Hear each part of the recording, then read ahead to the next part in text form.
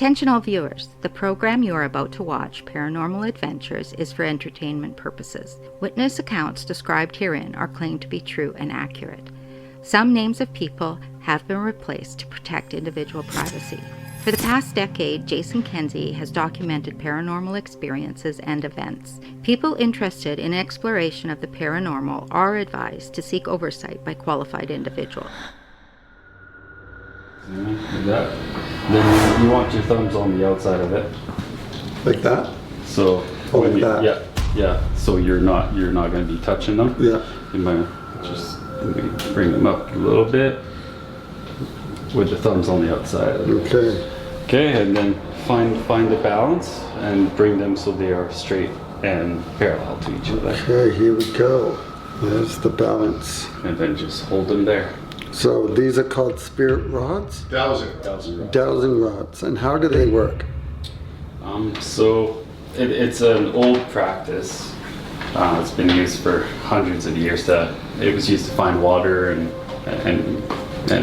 to dig wells, but it can also be used for spirit communication. How do you do it? You ask questions and ask the rods to cross to give you an answer. Okay. You can make them point in the direction of somebody. So, are you pointing to him because he's talking?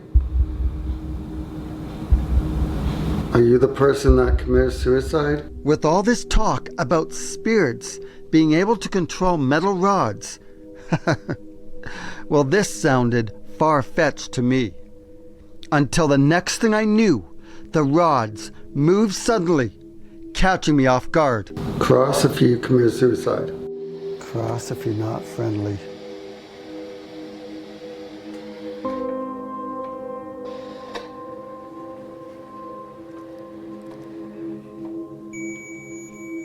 Huh. That's interesting. That is very... Holy f***. That is the opposite of what you asked? No, you don't understand. It's pressing against me. Ever since I was a child, I was drawn to mystery and adventure. As I grew into a career of a filmmaker, I knew documenting my escapades was a must. When I'm not filming my animal adventures or searching for Sasquatch, I explore other projects that makes my heart skip a beat. Is anyone here? I invite you to join me as we explore the paranormal and other related unknowns.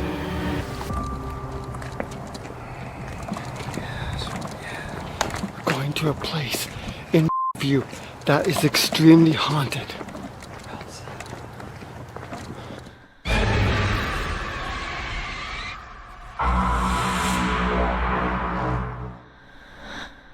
Hallucinations refer to the experience of hearing, seeing, or smelling things that are not there.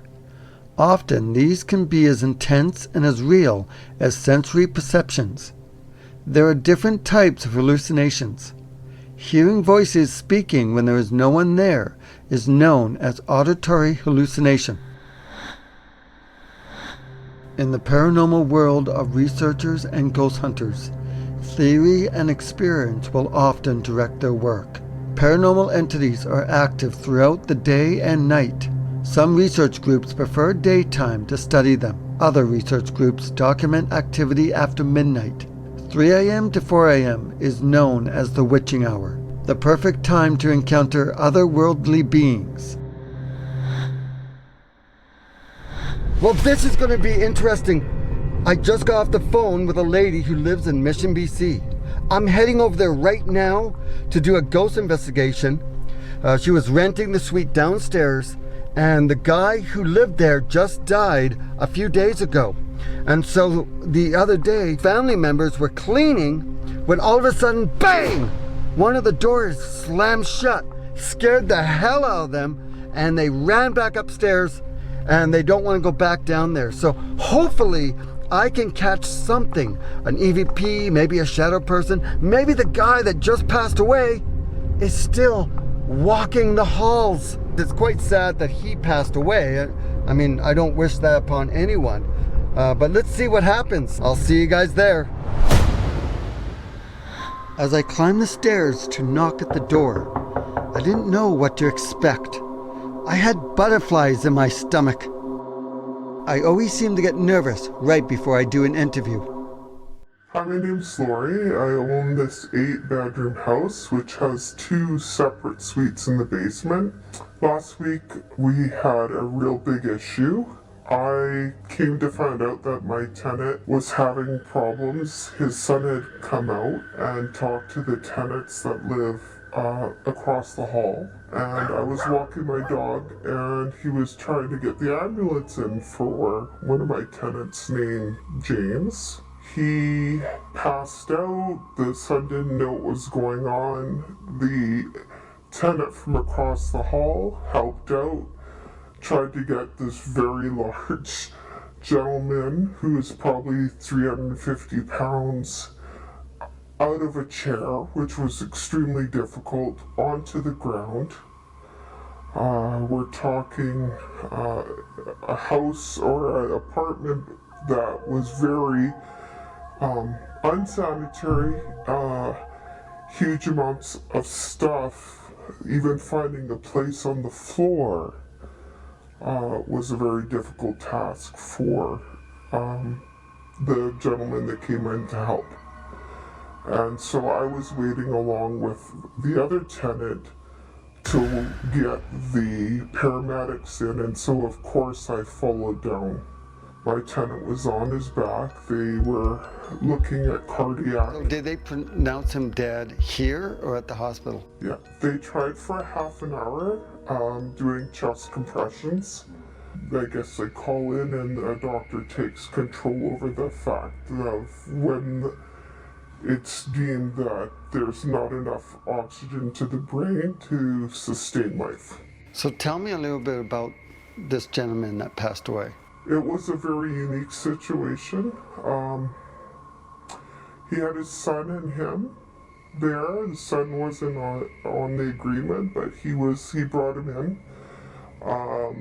He was behind 6 months in rent. Wouldn't give me access to my own suite that I owned the house, and a lot of reasons for whatever, but they never really amounted to much. And then this happened, like just prior to that, I had gone in there, giving a 24-hour notice to take a look at, my suite within my house, and came out of there bewildered, seeing all the garbage and how unsanitary. So he didn't want to pay rent for whatever reason. I mean, other things were getting paid, but I wasn't. So I wasn't particularly happy. I mean, it's impacting my own family, right? And the state of the place, all the flooring was new. Everything was in top condition when he went in there. I did a favor. It was an acquaintance only. And it was putting myself as a widow in a situation of not being able to sustain the mortgage and whatnot here. Do you think that his ghost might be downstairs still? I do, because I could be wrong in this, but I have a spiritual background, so I'm thinking potentially he probably is still affixed to being there, so maybe he hasn't crossed over and maybe he's in limbo. So what had happened is the tenants across the hall, which I had no idea, had heard doors slamming from outside his apartment. It doesn't surprise me, but he probably had an attachment to his body. He probably doesn't know he's gone. If we go down there tonight, do you think there could be a possibility that we might pick up something? Maybe an EVP, maybe a knock, maybe he'll slam a door? He doesn't like me too much. So how long has it been since he's passed on? Just less than a week. We're still dealing with unsanitary conditions down there. We don't know if he became septic because he had injuries on his legs. We don't know the ins and the outs. As sad as the story is and the fact that he passed away, I am very excited to go down there to see if I can pick up his spirit. I never wanted this to happen. Is there anything that you want to ask him when we get down there? Be interesting if he knew what took him, whether it was a heart attack or whether it was infection, if he knew he was going to go. Maybe he wanted out, maybe things were just too difficult. Maybe that would bring some closure for his family. I mean, I come from a perspective of this is where we are here, how can we do best? And if we can make it a gentler parting, let bygones be bygones, and let's move on. Exactly how are you feeling about this situation? Mixed feelings. I mean, there is a monetary thing where my family is paying for it, so by the end of the day, it's going to be $15,000, $20,000 I'm in debt because of this gentleman. I feel very bad for his 2 sons, or 3 sons that he leaves. He had a dog too. He also had a dog that was not maintained, not taken out, very skinny. I had called the SPCA, a friend of mine called. We got it out as soon as possible. Was his dog being abused? I heard it yelp. I'm an animal lover, so that was really hard to hear. So we thought something was going on. That's why we got the animal control. Maybe I can tell him that he's passed away and that he should, look at the light, whichever way the light is wanting him to go. So this is going to be quite interesting, and I want to say thank you so much for sitting down and telling me a story. Well, what are we waiting for? Come on, let's get down there. Let's see if we can help him cross over. Right now, I'm inside of the area where he was found deceased. Do you know where exactly he was? Was he here in this room? So he was right here. So this is where he died. I have a voice recorder, and I got this here. All right. There is a lot of poop all over the ground because they had a little dog and apparently was abusing the dog. So, James, my name is Jason, and I am a paranormal investigator / Bigfoot hunter / dancer / photographer / doing dishes, because used to do dishes for a living. Can you let me know if you're here? While I'm waiting to see if any EVPs come through my recorder, I couldn't help but think about the interview I had with the eyewitnesses that swear that they may have had a close encounter with the possible spirit of James. Hello, my name's Keegan. I'm the guy that found James next door when he passed away. And I'm Chris Mahoney. I rent next door, and I guess I've known James for the time that he has lived here. Kind of got to know him. And so what exactly happened? The other night, my roommate here, Keegan, and I were standing roughly where you are, and this was after we had partially cleaned up and got the majority of whatever out of the house. And we were kind of standing around, the two of us, reminiscing about the last couple of days that had played out. What happened to him? James had passed away in his house there. He had a massive heart attack, and it just is an accumulation of health problems. Yeah. He had a few heart attacks over the years, and he also didn't really take care of himself very well. Just got the best of him. Mm-hmm. Okay, carry on. So as being a neighbor to him, I like to keep a neat yard, and James had a habit of accumulating garbage. So after we cleaned the garbage out for the majority, Keegan had made a note. He goes, I might fucking hated the guy, but I didn't wish this on him. Yeah. And no sooner did he say that, something in that house fell. Loud enough that all three of us looked over in there, because that door was kind of still open because we were airing the place out. Yeah. And like right as I said that, you heard something fell. All three of us just looked at each other.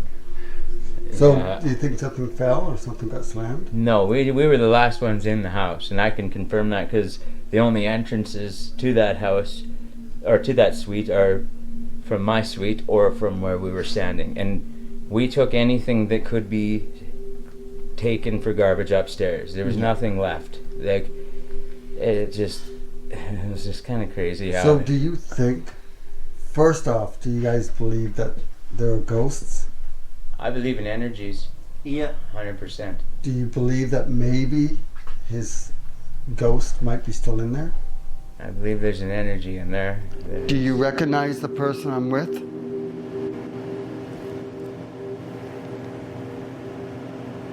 Do you know that you died?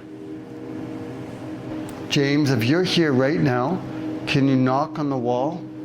Maybe slam a door or one of the cupboards behind me?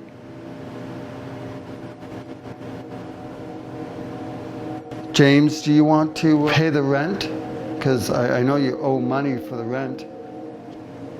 James, if you're here, can you make something bang? Slam a door, one of the cupboards? Do you know that you died of a heart attack? Let's go into this room here.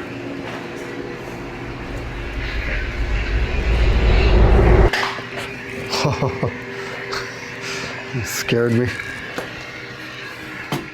I investigated for a little while longer, but without any activity going on, I had to leave and prepare myself to travel to another area to try and find evidence that ghosts are real. So I just made it to Kamloops and I'm about to meet Jason. He is the paranormal researcher out this way. We're gonna go to a really haunted location. I'm almost at his place now. I'm very ecstatic to meet him. My name is Jason Hewlett. I'm a paranormal investigator and the co-founder of the Canadian Paranormal Society in British Columbia, Canada. I formed this group along with Peter Renn, who's a colleague of mine, who I met back in 2017 when he was president of the Vancouver Paranormal Society. He and I decided to form our own group in 2020 during the pandemic when we realized we couldn't travel to Vancouver and all of our work was being done up here in the interior. So we formed our own organization for ghost hunting. Jason, tell me something interesting that happened to you while you were ghost hunting. Well, I've been doing this, actually it's 20 years this year, so I've had several interesting stories. One of the first that I could say was frightening, and this isn't actually a frightening business given what you might think, but I was out at Tronc Hill Sanitarium here in Kamloops, which is an old tuberculosis clinic and mental health facility that shut down during the 80s when they deinstitutionalized. And there's tons of stories. As soon as Tronc Hill closed, it became this hub for urban legends, reported stories of hauntings, etc. And it was one of the first places that I investigated. I'd actually spent an evening out there myself. I brought along a psychic, an experiencer, a person to document our adventures, and then a skeptic. And we kind of had some interesting experiences. We were there during the day, because despite what movies will tell you, ghost activity can happen at any time. And we were about ready to wrap up when we decided to go down into the tunnel system, because beneath Tronc Hill is an elaborate tunnel system connecting all the buildings. We were down in the tunnel system, we had explored, we came out in what was the laundry facility. We were deciding we'll go back to the car and call it a day. And we were deciding whether we wanted to go back above ground or back through the tunnels. And we decided to go back through the tunnels. So literally we'd gone through these doors. It was a set of double doors that would swing open easily. Turn around, reach out and grab the door that we had just come through. I pulled it, I got it about halfway open, and the door pulled shut on its own with enough force. I'm 6'1", back then I was about 195. I was pulled off my feet and I hit the door. Donna took off, and I'm not gonna lie, I ran right behind her. That's one of the only scary things that's ever happened to me in my 20 years of being a paranormal investigator. Today, I'm taking Jason to a house not actually far from where I live, out here in Brocklehurst. It's a newer home too, which is contrary to what most people think. Most people think paranormal activity happens in creepy old mansions, but it's not true. It can happen anywhere, in any house of any age. Jolene's lived there, I believe, for 5 years. She's had activity there the entire time. The activity traditionally manifests itself through electronics. She invited us to investigate about a year ago, myself and Olivier, who's going to be joining Jason and I tonight. The first time that we were there, sure enough, we got activity. She has 3 children. 2 of the girls stay in one room, the boy stays in another room. And in the girls' room when we were in there, they had a baby Yoda, like from the Mandalorian series. And it would actually move on its own. And it would respond to our questions. We'd ask it, to move its arms, and suddenly it would just start moving its arms and making its noises. We were investigating in another part of the house, and we heard a growl in response to one of our questions. We would have a REM pod, which is a motion detecting device, in a separate room go off. When we would go in there, the REM pod was turned over onto its side. We've been back twice since that first investigation. We would have various electrical phenomena going on. We would have all of our devices, freshly charged batteries, all be dead within about an hour or 2 of investigating. We picked up on the last visit a disembodied voice responding to a question that I asked, which was, is anybody here? And we picked up a hello, hello, hello. Is anybody down here? Is anybody down here? What was interesting about that, though, is myself and Jolene were in one room. Olivier, who initially heard the voice, was standing in the door frame, and he said he heard it coming from behind him. We couldn't pick it up. Neither her nor I heard it. My recorder didn't pick it up. But Olivier and then Peter, who was upstairs running some equipment, heard it as well, and we actually picked it up on those recording devices. So why it would turn up within feet of where I was but not being able to hear it, I don't know. So it's very interesting. We've also used dowsing rods at that location, and even conducted sort of a little mini seance and got in contact with potential spirits. But she's convinced there's 2 spirits. One downstairs that's a bit more ominous, one upstairs that's not as malevolent, maybe a little bit playful. And she can relay this better. Her kids wake up at night screaming, saying there's monsters in their room. She's been awoken. It's just a really active and interesting house, especially given how new it is. So I think it's going to be a pretty exciting evening.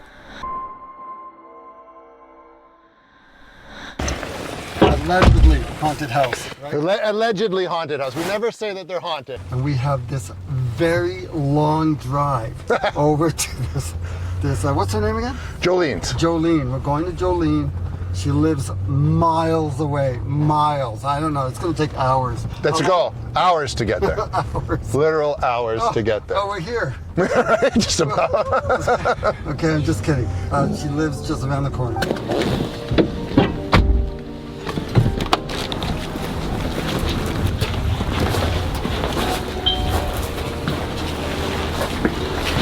Once again, a large group of men with equipment show up at your house, right?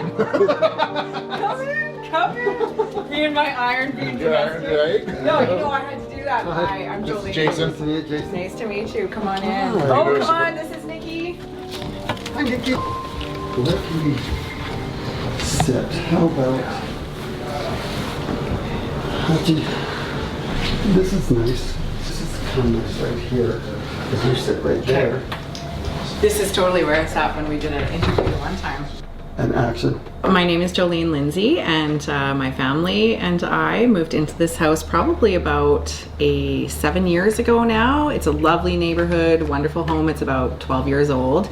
But we've always had suspicious activity in here. So usually I would notice it around certain times of the year. So full moons would get a lot more activity at times, definitely during some of the celestial movements like Mercury retrograde and things like that. And why I say that is because a lot of it was electrical and water based. So I'm looking at my fridge right there. I don't know if you guys will notice, but there's no control panel on the fridge. I've paid a company to come here probably 3 different times, and it would, nobody could fix it. So it would just randomly start beeping in the middle of the night. My kids who were younger at the time, like babies, would wake up screaming, and everything would just kind of happen all at once. And it was just always an eerie feeling. So We rip the control panel off of it. There's no lights in the freezer or the fridge, and it just stays at the same temperature. It does its job, but that's it. So I remember Christmas, I think 2 years ago, opened the door up and all of a sudden the lights turned on. And they shouldn't because it's disconnected. Last week it started making ice and I can't make it stop. I didn't even know there was water hooked up to make ice. So now I'm dealing with this ice issue that I didn't even know it could make because it shouldn't be able to do that. Lots of other things in here. Mostly my kids notice it. Lots of times at night, even just the other night, my one daughter said, "Mom, I see ghosts." And I said, "Yeah, and what do they look like? What do they do?" And she says, "I see it right there in my closet." And they're often very afraid. That was the first time she was kind of brave about talking about it, but often they're quite afraid. It takes them a longer time to fall asleep. And it definitely, up here feels a little bit more playful because it'll do things like mess with our TV, our internet. I'm always on the phone with the internet company trying to get it rebooted. But then downstairs is a totally different feel. So it's a different kind of presence. It's a little bit more uncomfortable for sure. So my kids don't really play. We really don't use our basement all that much. But when we are down there, like my kids will request that the bedroom door gets opened and the light gets turned on. I said, well, why don't I just close the door? And nope, I want the light turned on. So it's just, there's this random bedroom down there that I always used to go down. I'd always leave it closed, but every time I'd go downstairs, it would be open. So I'd get super annoyed and I'd close it again and I'd close it again. And I'd ask my kids, and they're all young. I have 3 young kids, and I'm like, you guys keep opening this door. Do you ever hear like footsteps? Not as much in this house. Occasionally, you know, we used to have, you would get suspicious sounds. Okay, well, I think we should go and do some exploring. I think we'll find stuff. I'm gonna go downstairs and we're gonna set some equipment. I'm gonna take my jacket off because it's very hot in here. It's probably the ghosts trying to take over my body. Par for the course in this house is that the electronics just never quite cooperates with you the way it's supposed to. It's working. Okay, There you go. there we go. GoPro's running, motion sensors are on, laser grid's on. Come to this light right here. Show yourself. Speak. Does anyone have any audio in here? Yeah, this audio's running. Okay. So Turn come on to, Baby Yoda. come to this light. Oh yeah. Turn on Baby Yoda. I think you should be able to just touch him. There you go, Grogu. Star Wars, don't sue me. Right. So funny. My hairdresser just messaged me saying if there's something strange in your neighborhood, who are you gonna call? I was like, I don't think you knew this was happening. It's so trippy. It's us.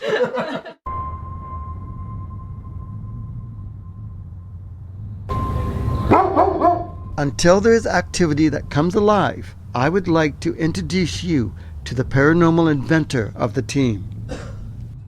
I'm rolling. I'm rolling as well. Are you rolling? Yeah. Okay. And action.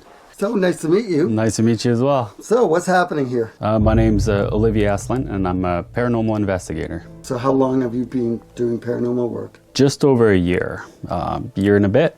I've met with Jason at a public event, and they've invited me, and I've been going with them ever since. Well, these are little pods that I made to help us with our paranormal investigations. They basically detect vibration, and they're great to put on stairs so you can visually see if somebody goes up or down. So how they work is they pick up the vibration, they'll light up a light, and they are fairly sensitive. So if you put them on one step, then you'll see them light up. Well, from where were you? And that's a solid surface. Yeah. So tell me your scariest happening in the paranormal world. Well, scariest happening, I'd say a while ago, before my interest into the paranormal, we were house sitting for a family member, and in the middle of the night, my dog woke me up to go to the bathroom. So I got up and opened the back door for her, and through the kitchen, I could see in the living room an entity, a shadow figure standing right in the corner, and it must have been 7 or 8 foot tall. It was hunched over because it was too tall to fit the room. Wow. And it scared me so bad, I started screaming at it, I yelled, and then I heard my wife get up and heard her walk into the kitchen, flicked the light on, and then it was gone. As soon as the light came, it was gone, and I wasn't able to go back to bed. That scared me really badly. Do you think that this paranormal entity was a basketball player? It was certainly 7 feet tall. It was certainly tall. It was very scary, and it wasn't human, just from the size and shape of it. So have you ever seen it since? I have not, but that definitely spiked an interest for me into the paranormal and made me go out and do my own research. For the next hour, we waited to see if anything would happen.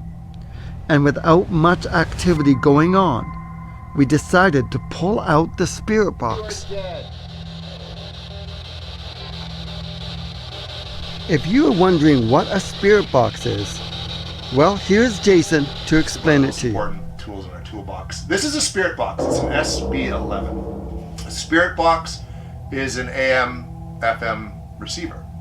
So it gets a lot of bad press in the paranormal community because you do pick up radio signals. Yeah. So how do you know, well, first, why would you pick up a spirit voice using these? No one's sure, other than the fact that we are made up of energy. When we die, that energy goes somewhere. So one of the prevailing theories is that energy then ends up within the Earth's electromagnetic field, and the spirits can kind of communicate that way by manipulating radio waves, basically. So what they do is they run through varying speeds, and it kind of makes a really irritating, like sound.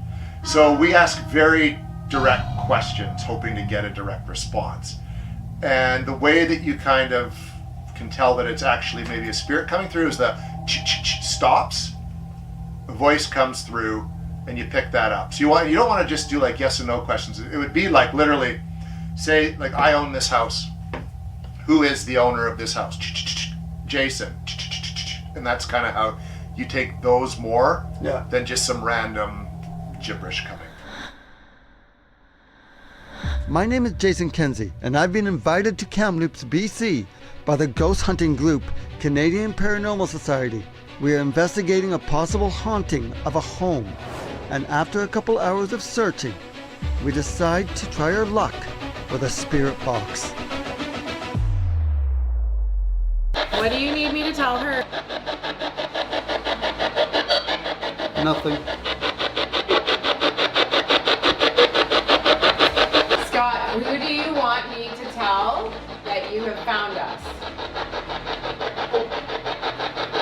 Who? Home? This is not your home.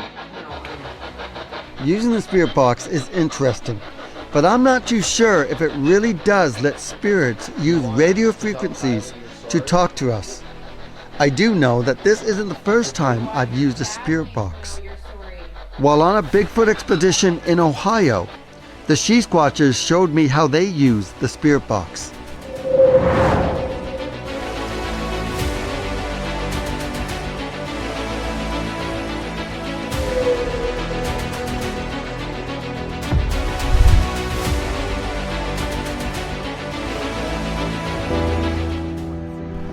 Okay, we have what is called a spirit box. We are going to see if we can attempt to get any of these spirits talking to us. We are at a cemetery in Ohio, of all the places, sitting on this bridge, and very excited to see if we get any responses. And exactly how does this work, the spirit box? The spirit box is basically a radio that gets stuck on search or seek. So it just keeps running through radio stations very, very quickly. And you can set it on forward search or backward search. And I like the reverse.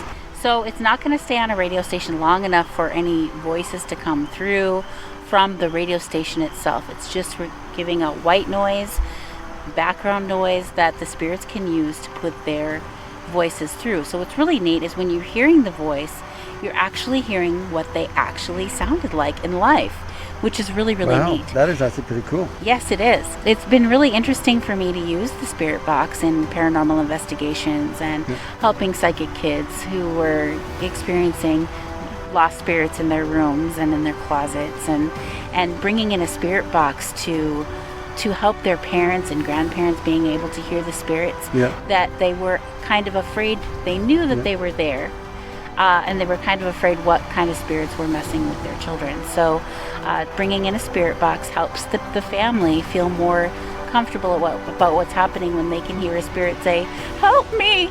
I know that if I die and I come back with a spirit box, I will sound exactly like Mickey Mouse. Or Goofy. Probably Goofy. Well, yeah, we can definitely turn this on.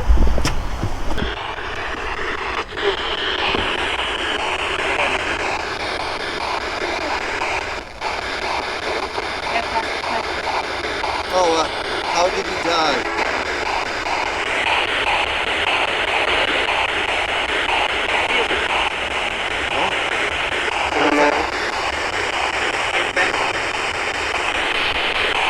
Did you die close to here? Can you tell me what your name is? What is your name? My name is Jason Kenzie, and this is Searching for Sasquatch.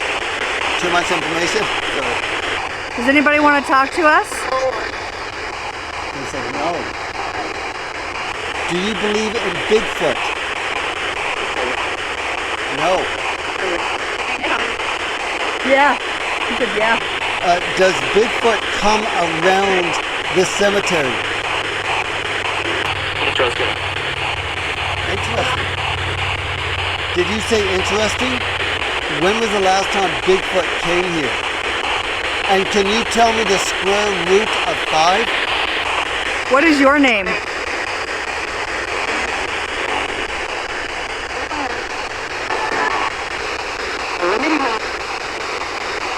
What did he say? Do you know who the Sheath Watchers are? Do you know who I am? Did you say Jason? Hello? Hello. If we come back later tonight, will you talk to us? Of course. Of course. Okay. Well, you sound lovely. Do you need help? Nope. Nope. Is anybody stuck here that wants to be crossed over? Please.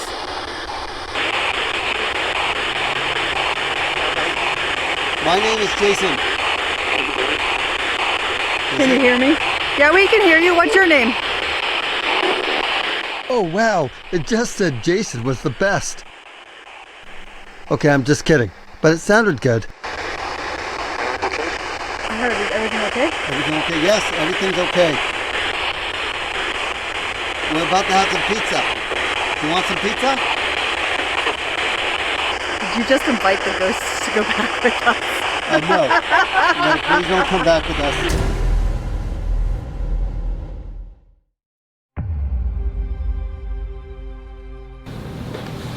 Okay, so we're going to try dowsing rods. Do you want to see how they're used first?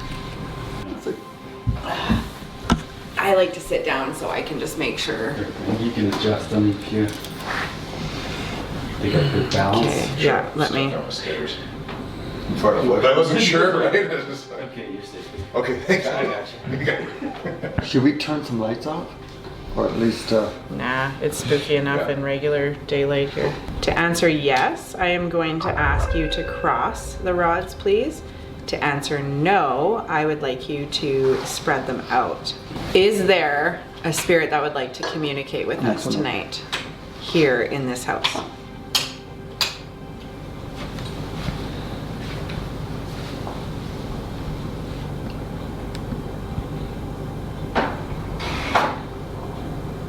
You can move away from the ice machine and come to the dowsing rods. Is there a spirit that would like to communicate with us tonight here in this house? Well, bullshit, there you are then. Right? Spirit prefer That- ice. okay, now move it back.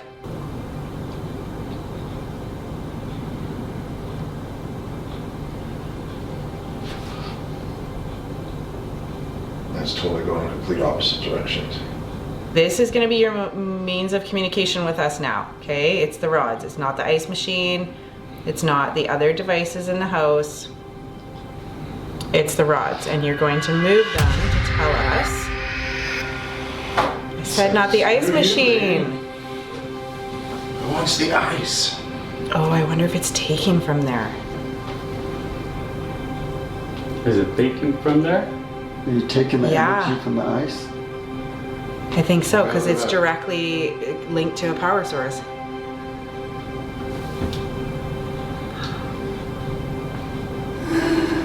Yeah. Maybe you want some vodka with ice. Okay. Good job. Bring it on back. Oh my God, if you guys can feel my heart right now. Is there somebody else that wants to tell us something here? You can't use my body, you have to use the rods. Thank you. If you could feel my heart right now. There we go, thank you. Somebody else. Yeah, okay. What was the question? Is there somebody else? Okay, good. So is this somebody that I know? Well, You can somebody close. bring them back to center if it's someone I know, and spread them totally apart if I don't know you.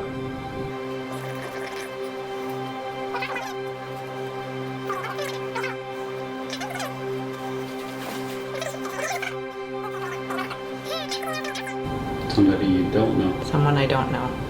Are you friendly? Cross them if you're friendly.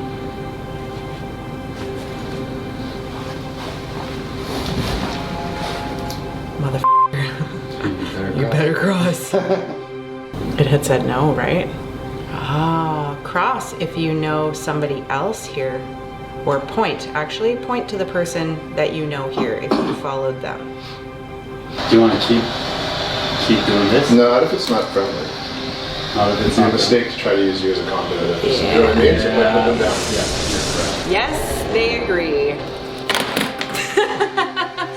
Okay, find a different source. Because that's what it was doing. It was pulling from there. Like, if you guys could have felt my heart. I was so fascinated by what just happened to Jolene that I wanted to give it a try for myself. If I had known what was about to happen, I wouldn't have even considered picking up these rods. Usually a little bit less for me. Then you want your thumbs on the outside of it. Like that? So Oh, like that?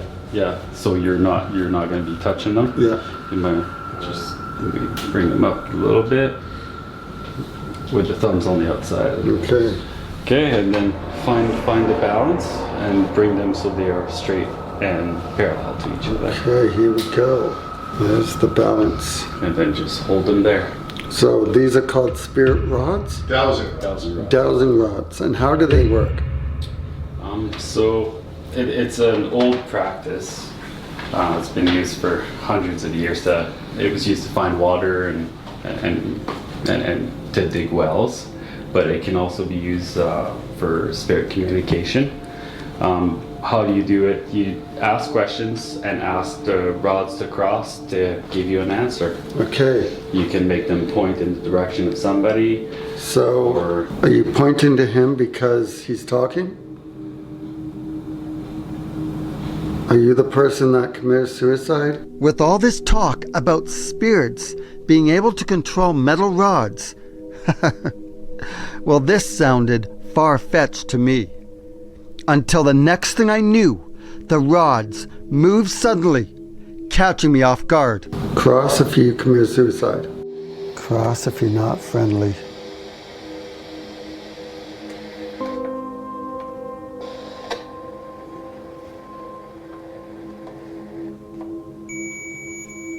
Huh.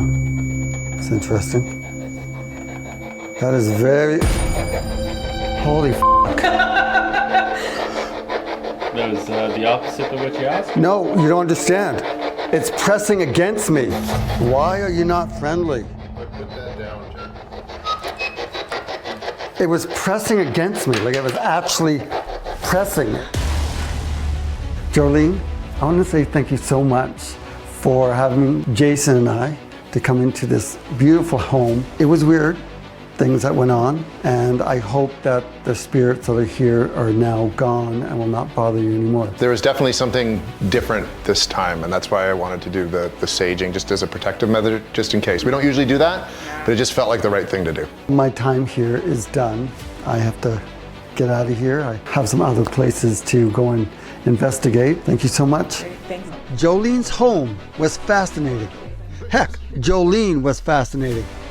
I didn't want to end this investigation, but now I'm excited to tell you my next place I'm going to. I'm about to meet this guy by the name of Trevor. He lived in White Rock, and he's had some experiences with ghosts and spirits, and I'm very excited to hear his story. Who's that, Sage? Come on. Hi, Jason. Hi, Trevor. Nice to meet you. Nice to meet you too. Come on in. Hi, my name's Trevor St. Croix.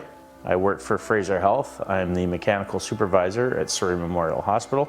Tell me, Trevor, about your experiences that you've had with spirits or ghosts. I'm definitely a skeptic when it comes to the paranormal. There was a ghost, I guess you could say, at our house in Brookswood. And we would often see shadows walking down the hall, like half apparitions, not full or anything, but you'd definitely know something was there. When my children were very small, we'd actually named the ghost George, and the kids would, every once in a while from the playroom, we'd hear, "Oh, hey George, okay, go away George, it's time for bed." And we'd never really thought a whole lot of it. So your kids would be saying this? My kids would be saying this. Talked to my wife, and my wife's parents told me that for years and years and years, they all knew that there was this guy around the neighborhood, and his name was George, who passed away, and he frequented the house quite often, actually. And how did he pass away? I don't know. Nobody seems to know that end of the story. Really? But he seems friendly enough and not, vicious or anything, and any bad vibes off him or anything like that. How much do you believe in ghosts?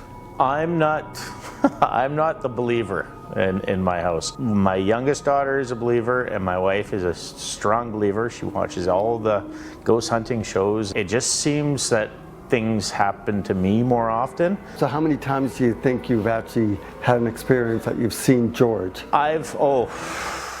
Dozens of times I've seen out of the corner of my eye, and then I debunk it as being too tired. And then I'll see him when I'm wide awake, and I'm like, I just can't explain it. I see him going down the stairs, up the stairs, and then we moved from Brookswood to Cloverdale, and he seemed to follow us there. And that was the first time I've kind of had a little physical contact. I don't know if it was George or what it was. But oh yeah, she touched you. It was more like somebody blew on the back of my neck. I was sitting, it was late, it was probably about midnight or so, just finishing up the news, and I felt this on the back of my neck. So I thought, oh yeah, here they go, they're getting me back. So I look, nothing there, go check on the kids, they're both sleeping. My wife, I'm like, hey, were you out in the living room? She's like, no, why? And I proceeded to tell her, and she laughed. She goes, oh, George is getting you back. Well, you know what? This story is pretty cool. I want to say thank you so much. No problem. Thank you very much for your time. For having me come here. I always love hearing ghostly stories from eyewitnesses. I said my goodbyes and headed out. Awesome. I wish you all the best on your hunt. That's for sure. Thank you so much. The conversation with Trevor had me thinking, what would I do if I came face to face with a ghost? Would I run, or would I try and fight it? Ouch! Oh, that's my ear! Well, we may just find out. I'm headed to Merritt, BC to meet up once again with Jason and his paranormal group. We are going to investigate the Baillie house. Merritt is an interesting town. They have had their share of murders, suicides, floods, landslides, and devastating fires. This is going to be an intriguing investigation. While I'm waiting for Jason and the others, I'd like to introduce you to a person who knows this place extremely well. Hi, my name's Sandy Curnow, C-U-R-N-O-W, and we're at the Baillie property in Merritt, BC. The house was built in 1913 for a mail-order bride from England, and she didn't show up. She never made it past Ontario. And so Mr. Bigney, who built the house, died a bachelor, and the Baillies bought the house in 1938 and lived here till 1992, so that's why everybody calls it the Baillie House. And this store that we're in now was originally, they made iron brew and seltzer in the basement and sold it upstairs to the coal miners, and it was built in 1912. Mr. Baillie was a blacksmith and a wheelwright, and his shop was over where Subway is now in downtown Merritt. So they say that this place is haunted. Do you know who might haunt it? No one's ever, they think, all the psychics that have been here think that the spirits are attached to all the items that were donated to us, and so they come with the stuff. Oh, that's why there's so many different ones here. How many have the psychics said that are here? I don't know, I don't have a number, but everybody has different experiences. Lots of swearing, apparently. Oh, really? Yeah. So how long have you worked here for? Since 2006. And do you like the job? Yes. Have you had any experiences? The first one I heard was the office used to be over in the house, and I heard it sounded like footsteps, heavy footsteps walking up and down the hallway upstairs. And the first time it happened, I went upstairs, and there was no noise upstairs, no windows open, no doors open. And then it used to happen quite regularly when I was over there working in the office. And I've also heard the doorbell. The old doorbell used to, if you push it, it would just go ding dong, but if no one was there, it would play the Westminster chimes and go ding ding ding dong. And I heard that. And I've heard like a whisper of steps going up the stairs to the upstairs when you go in the house. And also in 1950s, someone wrote a story about when they were a kid spending time in the house. There was a New Year's Eve celebration, and people were having a party downstairs, and then they put the kids to bed, and the kids woke up because they heard someone walking up and down the hallway, and they said they saw a man holding a dog, and so they went downstairs to tell their parents there was a man holding a dog upstairs, and the parents said, "Oh, that was Mr. Bigney." So, who's the guy that built the house? So that was interesting when we heard that story. So where is most of the activity? Most of it seems to be in the house. Mostly upstairs in the house, it seems like. But there was, people have heard all kinds of different noises. They've heard like a lady saying hi to them, all kinds of different things over there. Finally, Jason and the team have arrived. Good to see you, man. Good to see you. Buddy. Good to see you. Jason, finally, nice to meet you. Yeah, about time. We don't waste any time and start looking around the property for any evidence of spirits. My name is Pete Renn. I'm from Kamloops, BC. We're in the Baillie House in Merritt, British Columbia, and we are about to conduct a paranormal investigation. The history of the place is kind of a little bit, it's a little bit double jointed. There isn't a straight narration on the history, so we've managed to dissect a few names from the past and stuff like that, but in relation to our paranormal investigations. But in short, we started investigating here, my old team, probably about 6-7 years ago, and to start off with, it was very active, but then it kind of died its death, pardon the pun.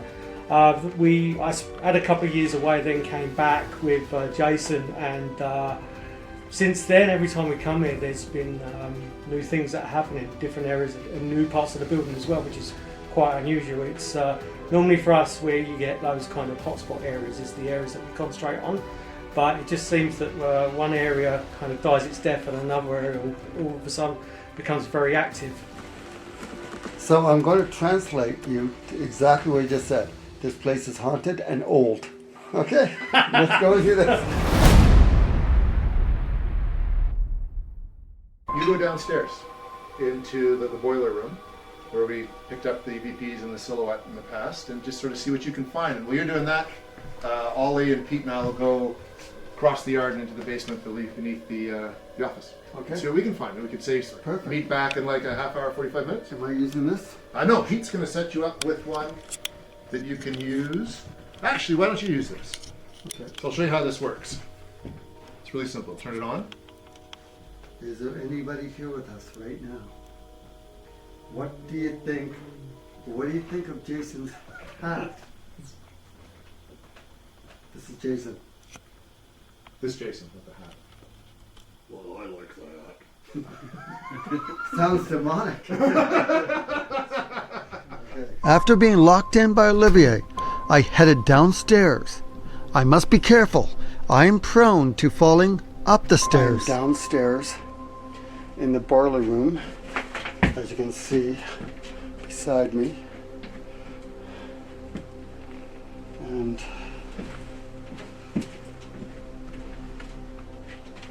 hello? Is there anybody here with me? So if anything talks right now, I will be able to hear it in real time. Now people say they've seen a shadow just in the corner here. Is there anybody with me right now? Do you know that you're dead? I'm not really getting any activity here. Let's go over to Jason and Peter and see how they are doing.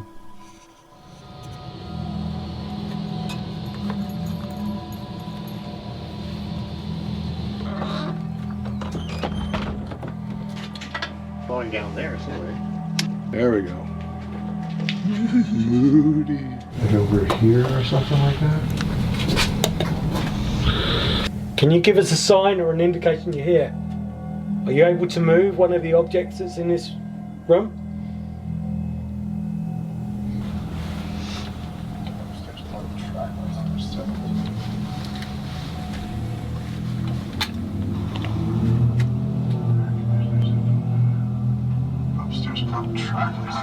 Hear that?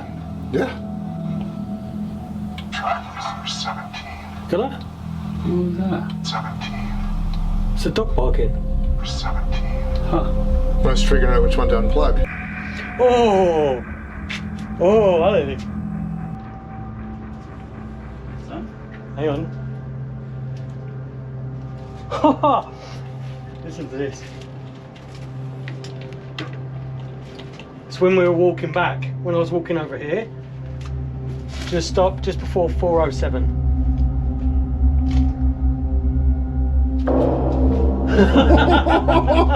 What is it? What is it? What is it? Oh. Here, I'll get you hold that. Yep. Just before 4:07.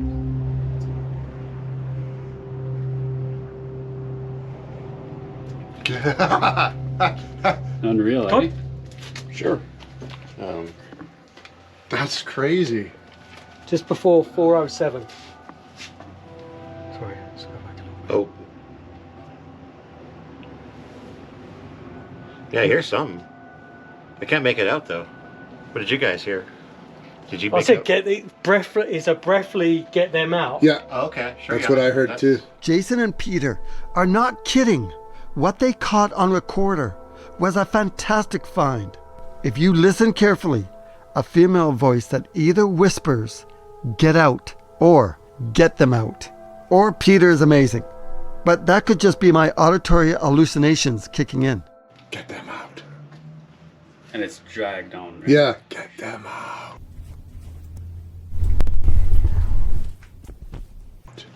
Wow. Sounds like a woman as well. Is that Mary wanting us to get out? Yeah, it's a woman. It's a woman's voice. Well, to me it sounds like a woman. Have a listen.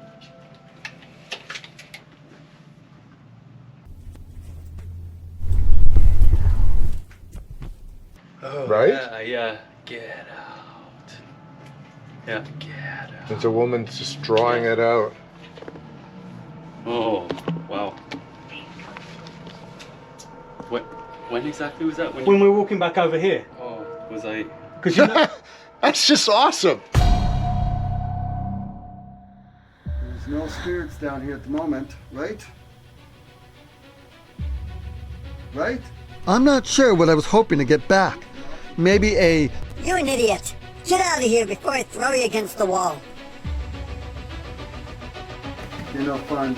So I decided to make my way back to Jason and Peter. My time here was getting close to the end. All right, time to go back outside. Once back inside, Peter and Jason were eager to share with me their findings. Wow, that's really cool. Yeah. And it was a woman's voice, which coincides with the Mary that we've picked up before, right? Yeah. Wow, that's trippy to hear that. And it's clear, too. As we packed up our equipment, I couldn't stop thinking about the next place I'm heading to. Hey guys, Jason. Right on, James. Good to work with you again, man. I had so much fun. That was a good time. This has been amazing.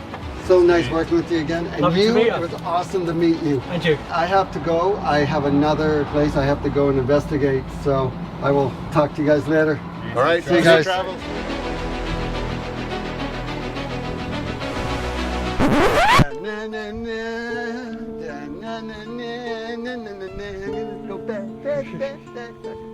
I would be lying if I said I wasn't enjoying myself. I have always loved a good mystery.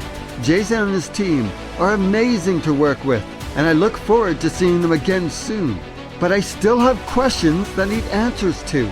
Using radio waves and metal rods to communicate with the undead, well, they still doesn't convince me that ghosts exist. But you know what? I think I know who can. So stay tuned. My paranormal adventures, well, they are just beginning.